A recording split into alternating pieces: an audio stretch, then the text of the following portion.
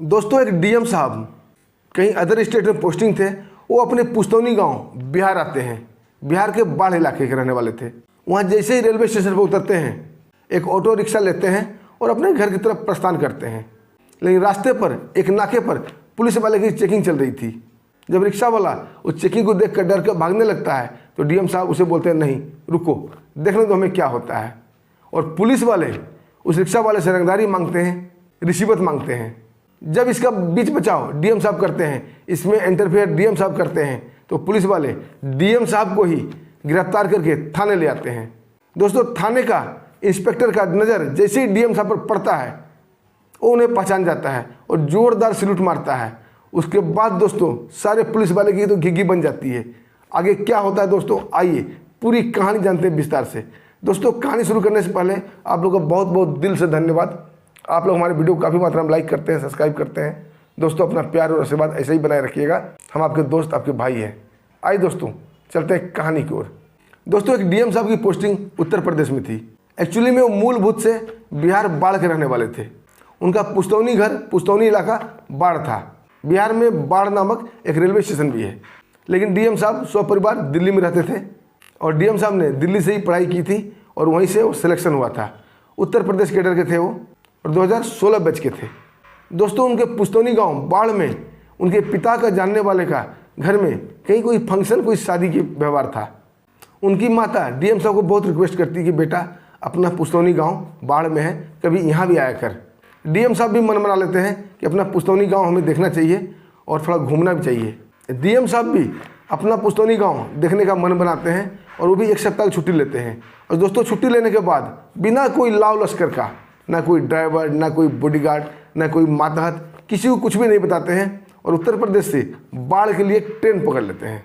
उनके पास सामान के नाम पर बस एक ट्रॉली बैग था और चल आते हैं अपना इलाका बाढ़। दोस्तों जैसे ही वो स्टेशन पर उतरते हैं, स्टेशन के बाहर जाते हैं और अपना पुस्तौनी घर जाने के लिए एक ऑटो रिक्शा वाले को हायर करते हैं। ऑटो रिक्शा को बोलते हैं कि फलना गांव चलना है। ऑटो रिक्शा वाला उनका सामान रख देता है, बोलता है बाबूजी बैठ जाइए। डीएम साहब बैठ जाते हैं। जैसे ही ऑटो रिक्शा करीब करीब आधा किलोमीटर, पौन किलोमीटर निकला होगा, तभी एक नाका पर पुलिस वाले की भीड़ लगी होती है। ऑटो वाला देखते ही समझ जाता है और वो वहाँ से कट मारकर दूसरे रास्ता से भागना ही चाहता है। डीएम साहब रोक देते हैं, बोलते क्या हो गया, तुमने रास्ता क्यों चेंज कर लिया। ऑटो वाला बोलता है बाबूजी आपको नहीं मालूम। और देख रहे हैं पुलिस वाले की भीड़, वहाँ जाते ही वो गिद्ध की तरह हमारे ऊपर झूठ पड़ेंगे और हमसे मनमाना पैसा ऐंठेंगे, नहीं देने पर हमें मारेंगे, पीटेंगे, हमारे ऑटो को भी खड़ा कर देंगे। डीएम साहब को ये सब सुनकर बड़ा ही अजीब लगता है कि बिहार में एकदम बिल्कुल जंगल राज चल रहा है, जबकि उत्तर प्रदेश में ऐसा नहीं है।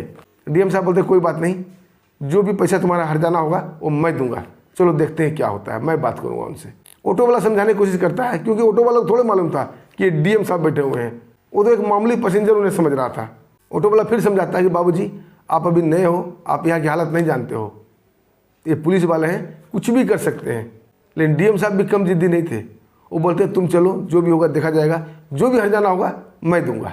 अब दोस्तों मजबूर होके वो ऑटो वाला उस नाके से निकलना ही चाहता है कि तब तक एक पुलिस वाला डंडा फटकारते हुए ऑटो वाले को रोक देता है। और रोकने के बाद ड्राइवर को नीचे बुलाता है।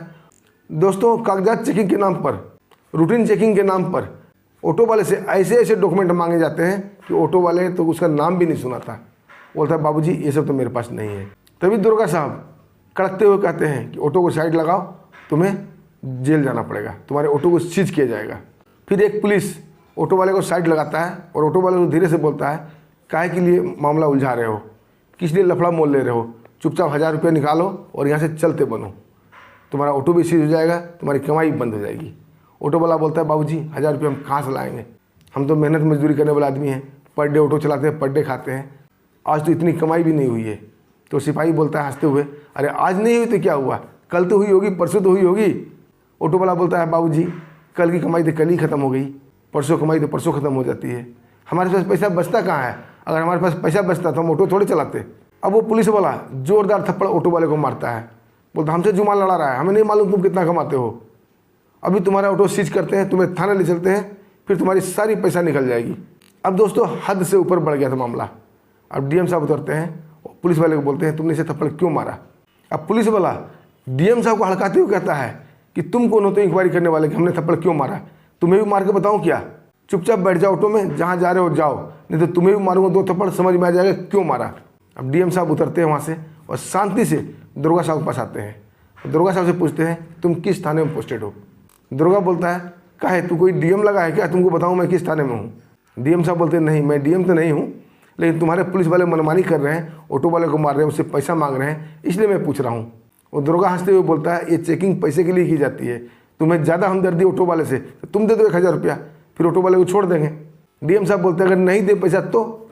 दुर्गा साहब बोलते हैं अगर पैसा नहीं दोगे तो ऑटो वाले का ऑटो सीज किया जाएगा, फिर उसे कोर्ट कचहरी से छुड़ाना पड़ेगा। और ऑटो वाले को समझाते हुए कहता है कि इसके चक्कर में मत पड़ो, नहीं तो तेरा ऑटो सीज हो जाएगा, तेरी कमाई सारी बंद हो जाएगी, कई दिन तुम बेरोजगार घूमते रहोगे। अब डीएम साहब बोलते हैं कि तुम ऐसा नहीं कर सकते, एक कानून के अधिकार में नहीं आता है, तुम्हें किसने हक दिया ऑटो सीज करने का या इनसे रिश्वत मांगने का? अब दुर्गा गुस्सा हो जाता है, बोलता है तुम ज़्यादा कानून पढ़ ली हो, और सिपाही को आवाज़ मारता है कि सिपाही जी इसे भी बंद करो, इसे भी उठाओ यहाँ से। अब दोस्तों वो दोनों सिपाही ऑटो को भी सीज करता है, ऑटो वाले को जीप में बैठाता है और साथ साथ डीएम साहब को भी पुलिस जीप में बैठा लेता है और उसे लेकर चला जाता है थाना। अब दोस्तों दोनों के ऊपर, डीएम साहब के ऊपर और ऑटो वाले के ऊपर एफआईआर की तैयारी होने लगती है कि पुलिस वाले से बदतमीजी करने के आरोप में, ऑन ड्यूटी डिस्टर्ब करने के आरोप में कई सारा धाराएं के अंदर केस दर्ज किया जाना था और ऑटो भी सीज करके पुलिस कैंपस में लगा दिया जाता है।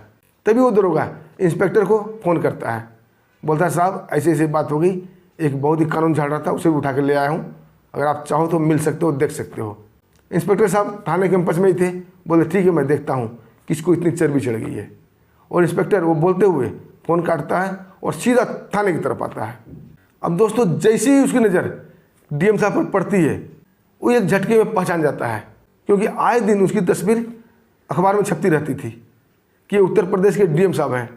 अब वो इंस्पेक्टर जोरदार सलूट मारता है और बोलता है जय हिंद साहब। अब दोस्तों इंस्पेक्टर साहब को सलूट मारते देख दरोगा और जितने भी पुलिस वाले थे उनकी हवा टाइट हो जाती है कि आखिर मामला क्या है, ये इंस्पेक्टर इस आदमी को सलूट क्यों मार रहा है, ये है कौन? अब दोस्तों बारी आती है डीएम साहब की। डीएम साहब खड़े होते हैं, अपना फ़ोन निकालते हैं और इंस्पेक्टर से पूछते हैं कि यहाँ का सिटी एसपी का नंबर दो। अब वो इंस्पेक्टर घिघियाने लगता है, बोला साहब इन्हें माफ़ कर दो, इन्हें नहीं पता था। डीएम साहब बोलते नहीं, इन्होंने जो कृत्य किया है, जो काम किया है वो माफ़ी के लायक नहीं है, मेरे सामने मैं विटनेस हूँ, मेरे आई विटनेस में ये सब काम हुआ है और बिल्कुल ही गंदा काम हुआ है, मैं इन्हें माफ़ नहीं कर सकता। मजबूरन इंस्पेक्टर साहब को एसपी साहब का नंबर बताना पड़ता है और डीएम साहब अपने फ़ोन से एसपी साहब को फ़ोन करते हैं और सारा माजरा बताते हैं। दोस्तों ये सुनकर एसपी साहब के पैरों तले जमीन खिसक जाती है, वो भी आनंद फानंद में अपनी गाड़ी निकालते हैं और सीधे थाना में आते हैं। वो भी डीएम साहब को जोरदार सलूट करते हैं।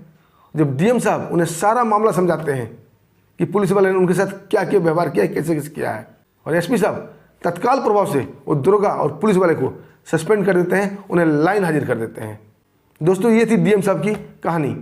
आपको ये वीडियो पसंद आई, कहानी अच्छी लगी तो वीडियो को लाइक कर दीजिएगा, चैनल को सब्सक्राइब कर दीजिएगा।